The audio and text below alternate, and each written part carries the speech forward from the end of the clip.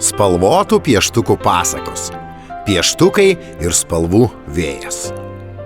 Vieną spalvotą rytą, kai spalvota pieštukijos saulė dar tik kilo į spalvotą pieštukijos dangų, kai visi pieštukai dar miegojo, iš paslaptingųjų pieštukijos kalnų atskrido linksmas spalvų vėjas. Jis mėgdavo krėsti įvairiausius pokštus.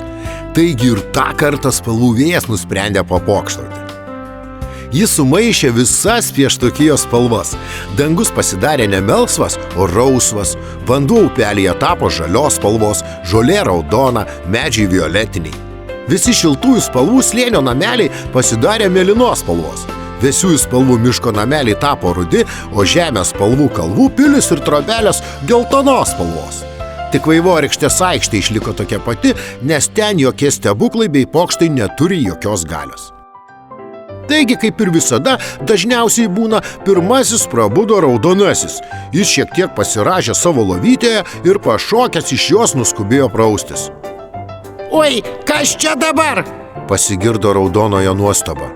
Kas mano veidui, kodėl jis mėlynas? Garsiai šaukė raudonasis. Jis rėkė taip garsiai, kad net kitiems šiltųjų spalvų slėnio pieštukams išgaravo visi miegai. Netrukus lauke jau girdėjosi nustebusių pieštukų balsai. Pažiūrėkite į mūsų namelius. Pažiūrėkite į medžius, į vandenį, dangų, šaukė pieštukai. Kaip tik tuo metu iš šviesių spalvų miško jau bėgo būrelis pieštukų, kurie taip pat buvo nustebę šio ryto įvykiais, nes šviesiųjų spalvų miške atsitiko lygiai tas pats. Tas pats buvo nutikę ir su žemės spalvų kalvose gyvenančiais pieštukais, kurie taip pat jau buvo susiruošę eiti ir apsižvalgyti pas kitus pieštukus. Vaivorykštės aikštė, kaip ir visada, atrodė įspūdingai. Joje stovėjo visa pieštukų taryba, tik labai juokingai jie visi atrodė. Šiltųjų spalvų slėnį atstovaujančių pieštukų raudonojo veidas buvo mėlynas, geltono žalias, auksinio sidabrinis, oranžinio violetinis. Rožinis pieštukas buvo su turkio spalvos veidu. Vėsiųjų spalvų miško pieštukų veidai taip pat buvo įvairiausių kitokių spalvų. Mėlyno rudas, žaliojo geltonas, violetinio raudonas, sidabrinio auksinis, o turkio spalvos pieštuko veidas buvo juodas. Žemės spalvų kalvų pieštukai irgi stovėjo su ne savo spalvų veidais. Juodojo veidas buvo oranžinis, baltojo rožinis, o rudo pieštuko veidas buvo baltas. Pieštukai ginčijosi ir visi turėjo savo nuomonę dėl šio paslaptingo įvykio. Vieni teigia, kad čia spalvų fėjų pokštai. Kiti sakė, kad juos užbūrė iš kito pasaulio atkeliavęs burtininkas.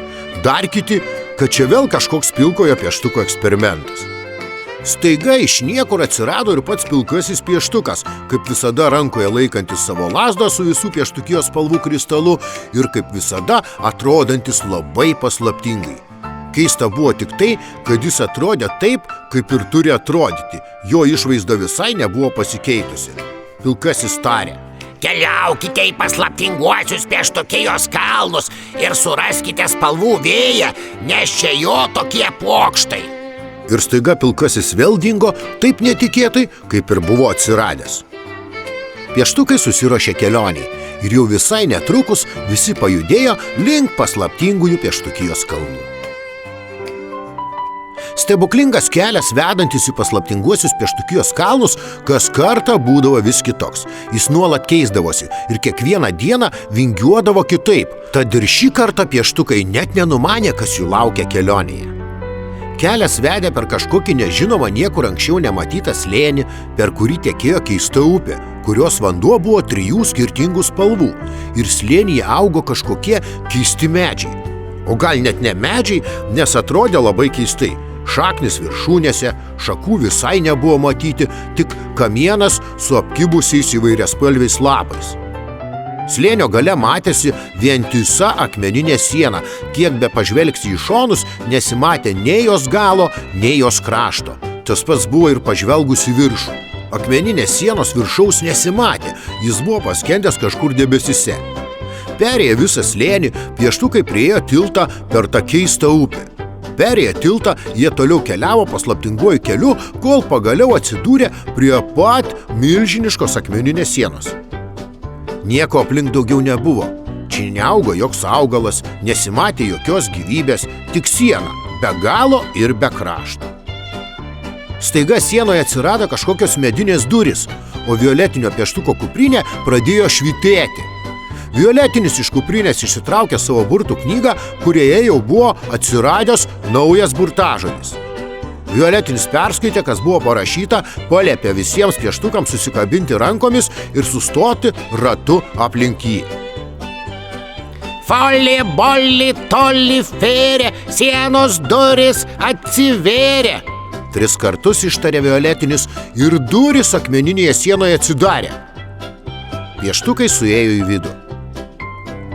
Kitoje durų pusėje buvo naktis, o danguje švietė keistas mėnulis. O kodėlgi jis buvo keistas? O todėl, kad jis buvo ne apvalus, o kvadratinis. Žvaigždės danguje taip pat buvo kvadratinės ir apskritai viskas, kas tik buvo aplink, buvo kvadratiniai. Medžiai kvadratiniai, kalnai kvadratiniai, paukščiai medžiuose ir tie buvo kvadratiniai. Keista vieta, pasakė raudonasis. Labai keista, pritarė juodasis. Keliaukime toliau, tarė žalesis. Ir pieštukai pajudėjo pirmyn kvadratiniu keliu link kvadratinių kalnų. Kvadratinių kalnų viršūnėse gyveno spalvų vėjas, ten stovėjo jo pilis.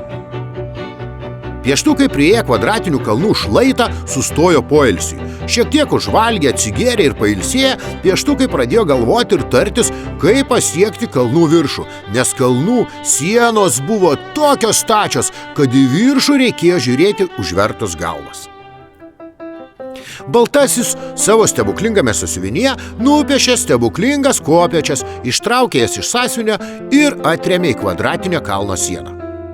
Kopėčios staiga pradėjo augti, ilgėti į viršų ir išsitęsė ten, kažkur aukštyn link kvadratinių kalnų viršūnės, kur jų galas dingo debesyse.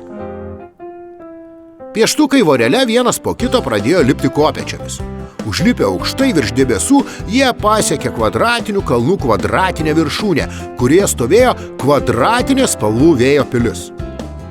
Pilis atrodė įdomiai. Kvadratinės sienos, kvadratiniai langai, kvadratinis stogas, kvadratiniai balkonai, kvadratiniai kaminai ir net vėtrungės ant stogo buvo kvadratinis, o į pilį vedė kvadratinis takelis ir kvadratiniai laiptai link kvadratinių durų, kuriuose buvo kvadratinė rankena. Įėjus į vidų, vaizdas buvo tiesiog kvadratiškas. Šviestuvai, kėdės, stalai, lovos, spintos – čia viskas buvo kvadrato formos. Ir net šaukštai, šakutės bei lėkštės ant stalo buvo kvadratiniai, o lėkštėse kvadratinė sriuba ir kvadratiniai kotletai. O šalia jų dar ir kvadratinė duona. Haha, sveiki atvykę pietums! Pasigirdo spalvų vėjo balsas.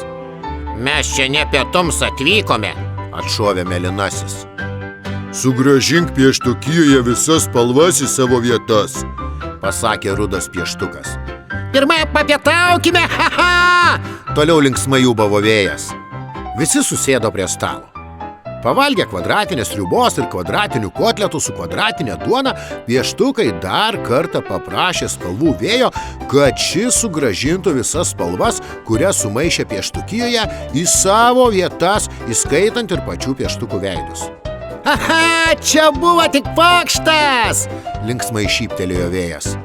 Jis papūtė į pieštukus ir jų veidai vėl tapo normalios spalvos. O dabar visi skriskime, haha! Suriko vėjas ir užsikėlė savo ant nugaros visus pieštukus, nuskrido link pieštukijos. Vėjas pieštukus nuskraidino į vaivorykštės aikštę ir palikęs juos ten, ėmėsi darbo. Jis apskrido visą pieštukiją ir sugrąžino viską į savo spalvas. Pabaiga.